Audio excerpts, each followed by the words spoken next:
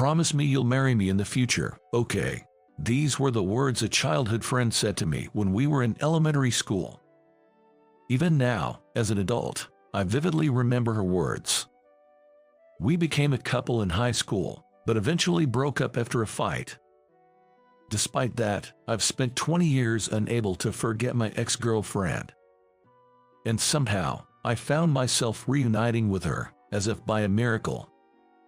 My name is Michael. I'm a long-haul truck driver. I travel all across the country, delivering goods, sometimes not returning home for 2 weeks. After graduating high school, I continued this irregular job, often sleeping in my truck. Before I knew it, I reached this age where more and more of my school friends and colleagues are getting married.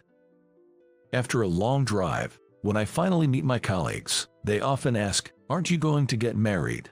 I'd like to, but well, I reply with a wry smile. Then, a colleague would look concerned and ask, "What's up? Is something wrong?" "No, it's nothing. Don't worry about it." I responded that way to my colleague and climbed back into my truck. Even to a close colleague, I couldn't share my troubles with love.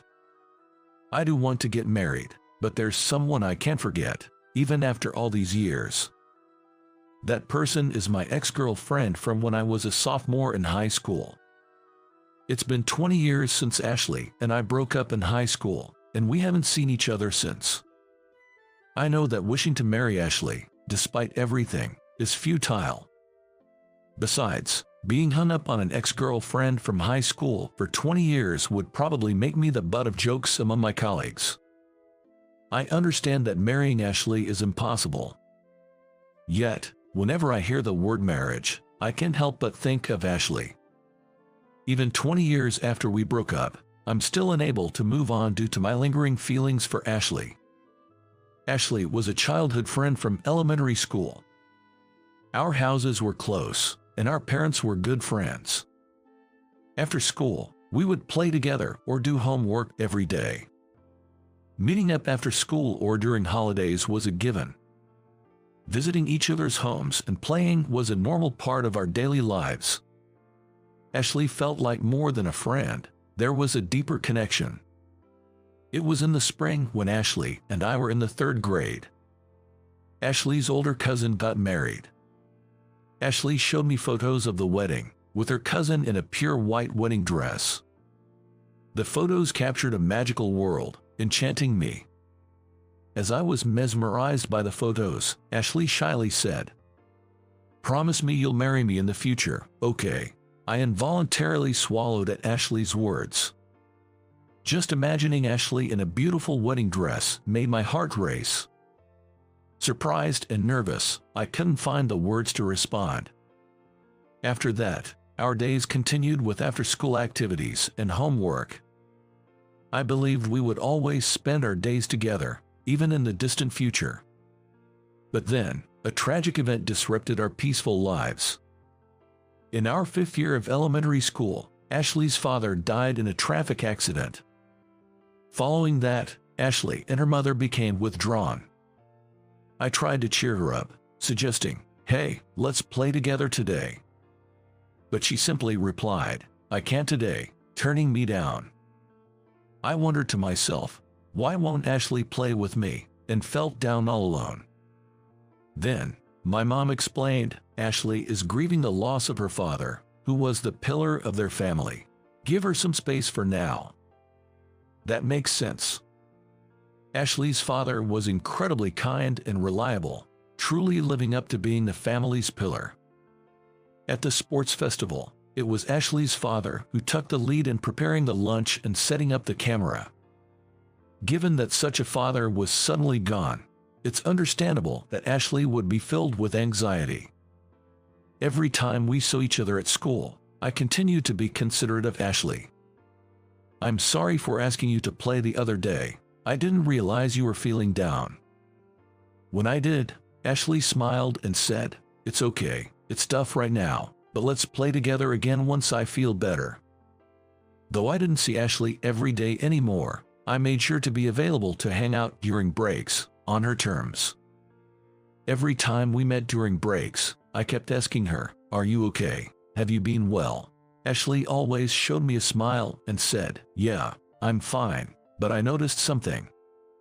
There were times when her smile was genuine and times when it was forced.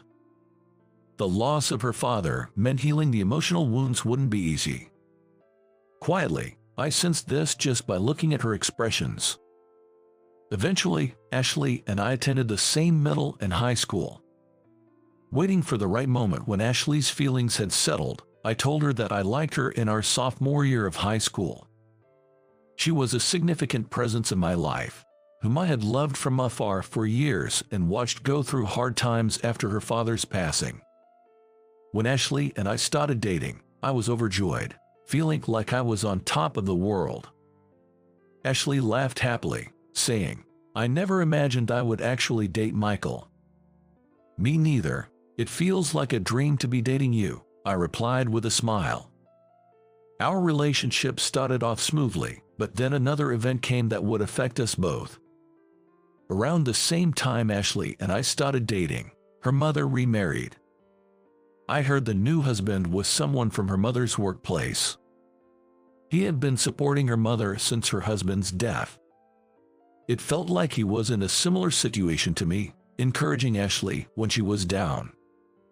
I thought to myself, both Ashley and her mother must have been equally saddened by her father's death. If they found someone to rely on and could be happy, that was what mattered. Above all, as Ashley's boyfriend, I was there to accept all her hardships. I strongly wanted to cherish her even more from now on. However, it seemed that Ashley's mother's new husband had quite different views from mine. Tom, the new husband of Ashley's mother, loved gambling and drinking. He quit his job soon after the marriage and spent his days gambling. He started demanding money for gambling from Ashley's mother, who had become a housewife after the marriage. If she didn't give him money, he would become moody, throw things, and yell. Because of this, Ashley's living situation deteriorated rapidly. When I met Ashley during the spring break of our sophomore year in high school, she looked emaciated. Even when I asked, "Are you okay?" she just looked down. Then, raising her face, Ashley suddenly glared at me and quietly started to complain. "Hey, why don't you spend more time with me? Why do we always meet at the same cafe?" I was puzzled by her unexpected words. "But isn't it better to prioritize studying for exams right now? Plus, we're students. We don't have much money," I explained. Immediately, she began to vent her long-held frustrations, getting angry. "It's always we're students. We don't have money excuses.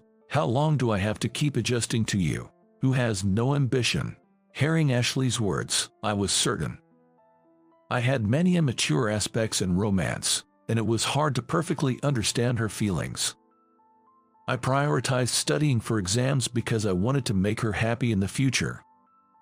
To be honest, I'm just a healthy teenage boy going for puberty. There are many things I'm holding back on, all while thinking it's for the future with Ashley, so I'm restraining myself. She was my first in everything.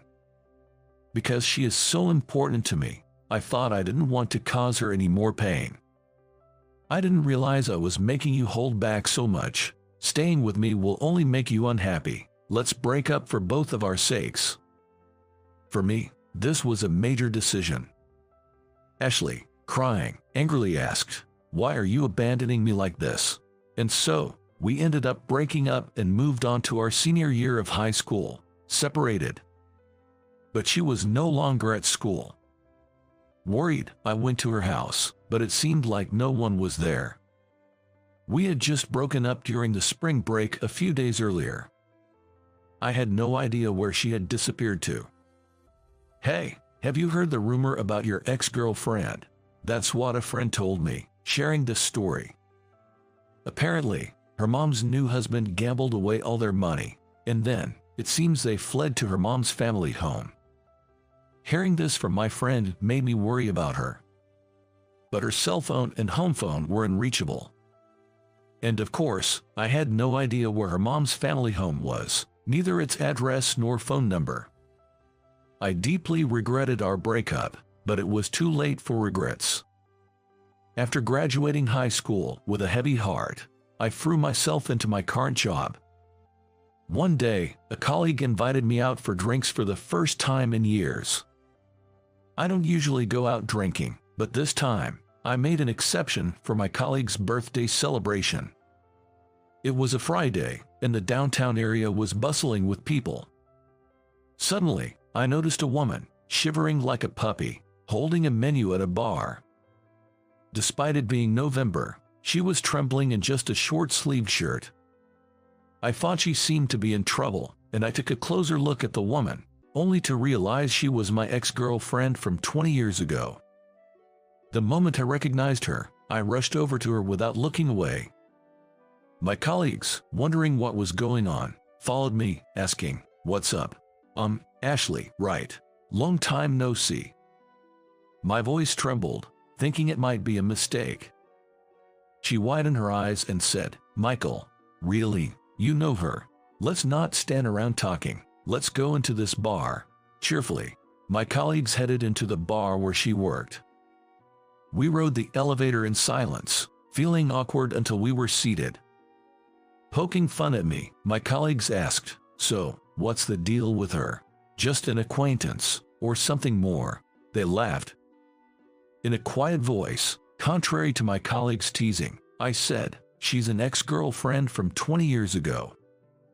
At that moment, my colleagues froze. "What, 20 years ago? How old were you then?" "Now it's awkward for us too. You should have said something before we entered. You guys were the ones who rushed in before I could explain." As I was exasperated with my colleagues, Ashley came over to take our order. "Have you decided on your order?" In a flurry, one colleague said, "Then, let's have one beef burger set. I'll have a pint and beef stew." This guy will have the beef burger set and a cocktail. He ordered for me as well. There's no need to decide for me. "Well, we feel more awkward about it," my colleagues admitted. Ashley chuckled and said, "It's all in the past, don't worry about it," and after taking our order, she came back to our table. "Today's a Friday, but it's quieter than usual, so consider this special." Then, Ashley shared the reasons behind our breakup and why we hadn't seen each other for 20 years.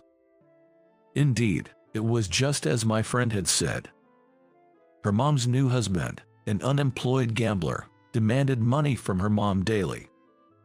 Eventually, when her mom's savings ran out, she had been saying this to Ashley for a while. "Someday, while he's asleep, let's run away." It seems they were secretly packing their belongings to escape from her stepfather. "Breaking up with you was becoming inevitable, and it truly hurt. I wished you would hate me, so I said terrible things." She confessed, tears streaming down her face, as I silently hugged her. My colleagues, surprised yet listening intently, stayed quiet. "If breaking up was hard for you, you should have just told me that." But I couldn't be honest about my feelings. I couldn't leave my mom behind either. I was still a child, unable to make proper decisions. "I'm sorry for saying things that hurt you," she replied. From that day, we began seeing each other again. Back then, I couldn't stand up to him because he was taking all the money, and I wanted to help my crying mom. Choosing between my boyfriend and my parent was an ultimate decision for me. She said with a bitter smile, "Is your mom okay now?" "Yeah, it took time, but things have finally settled down recently." "Then, let's prioritize our time together from now on. You've put your parents first until now. It's time to reclaim the time lost as a couple." She was shocked.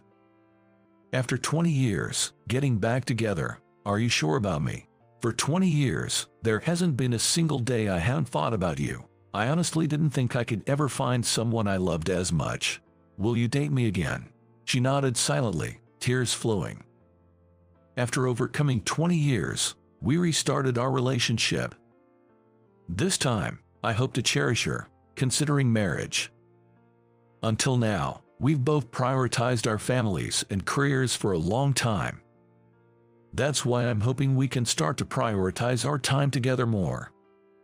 The fact that the marriage I had almost given up on with my girlfriend is now drawing closer brings me immense joy.